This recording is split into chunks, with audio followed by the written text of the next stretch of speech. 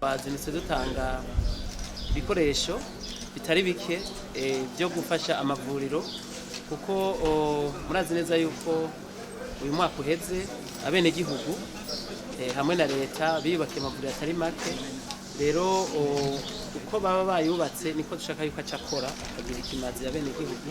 Cyo gituma rero twashiye dutegura yuko hari ibikoresho usanga bizimvye basanga amavuriro acugura ntashobora kubironka, cyane cyane izi za rugagamisha bita microscope. Birafasha cyane kuko ni ibikoresho bikomeye kuko birafasha cyane cyane gupima ingwara za malaria, ingwara y'igituntu, gupima inzoka zo mu nda n'ibindi.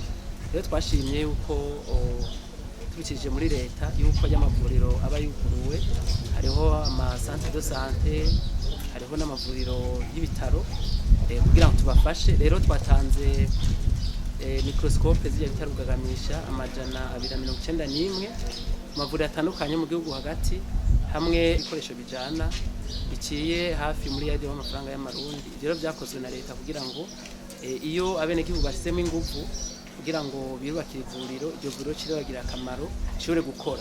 Cyo gituma twahamagaye abajejwe bw'ubuvuzi kuri 48 kugira ngo tubashirize ibikoresho bizofashe abene gihugu.